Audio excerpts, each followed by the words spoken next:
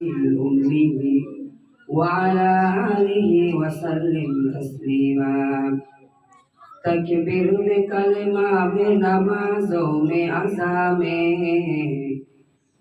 तकबीर में कलमा में नमाजों में अज़ा में है नाम इलाही से मिला नाम मोहम्मद है नाम इलाही से मिला नाम मोहम्मद फरमाते हैं आदम को मुझे खुंद तोरी में फरमाते हैं आदम को मुझे खुंद तोरी में लिखा हुआ तूबा पे मिला नाम मोहम्मद लिखा हुआ तूबा पे मिला नाम मोहम्मद।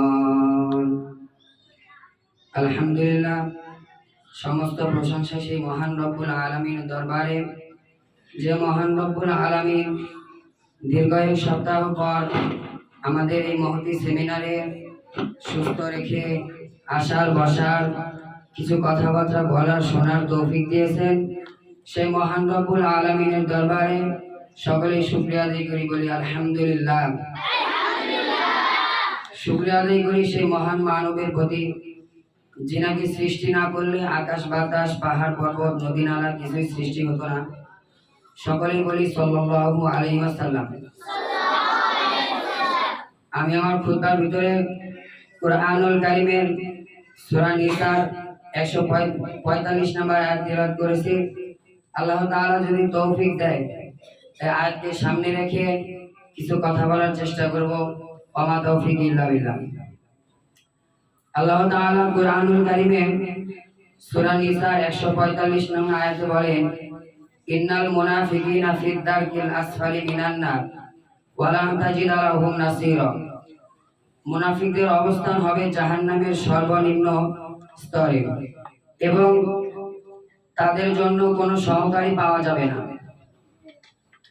হিংসা বিদ্বেষ মুনাফিকদের চরিত্র।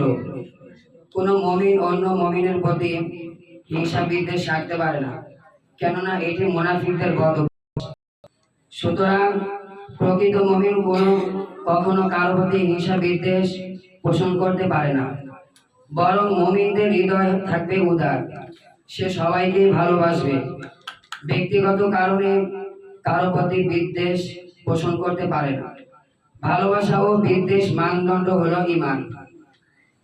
যার মাঝে ঈমান আছে তাকে ভালোবাসবে, যার মাঝে ঈমান নাই তাকে সামাজিক সৌজন্য বজায় রাখলেও তাকে ভালোবাসা যাবে না, ঠিক না?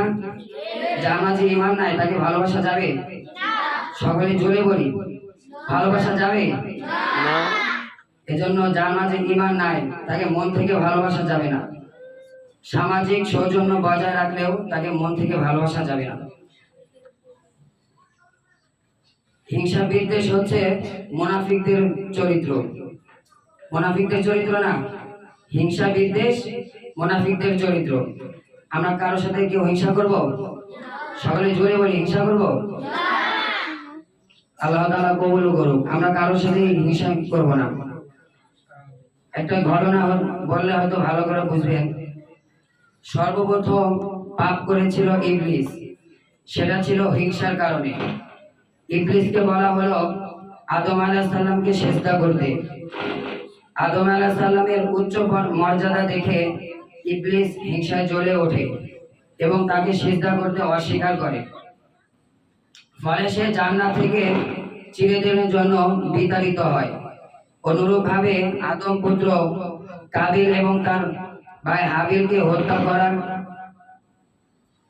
হিংসার বশবর্তী হয়ে উঠল। হাবিল ছিল পরেশগার ও মুত্তাকি এবং তার ভাই কাবিল সে খারাপ মানুষ ছিলেন।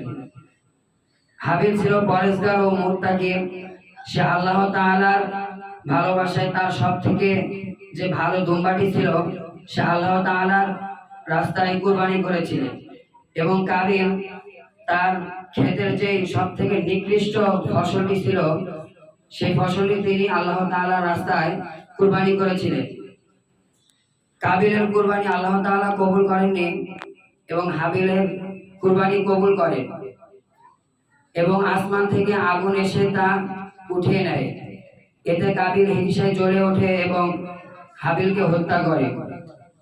এতে বোঝা গেল যে যে হিংসা করবে সেই ধ্বংস হবে, ঠিক না? যে হিংসা করবে সেই ধ্বংস হবে। এর জন্য আমরা কেউ কারোর সঙ্গে হিংসামি করবো না। এখনকার যুগে দেখা যায় যে কেউ কারো ভালো দেখতে পারে না, একজনের ভালো দেখলে আরেকজনের জ্বলে ওঠে, ঠিক না? সকলে বলেন ঠিক না? দেখা যায় যে হিংসার কারণে অনেক ভালো ভালো সম্পর্ক নষ্ট হয়ে যায়, বন্ধুদের মধ্যে অনেক ঝগড়া বিদ্বেষ হয়। এজন্য আমরা কেউ হিংসামি করবো না, সবাই মিলেমিশে থাকার চেষ্টা করব।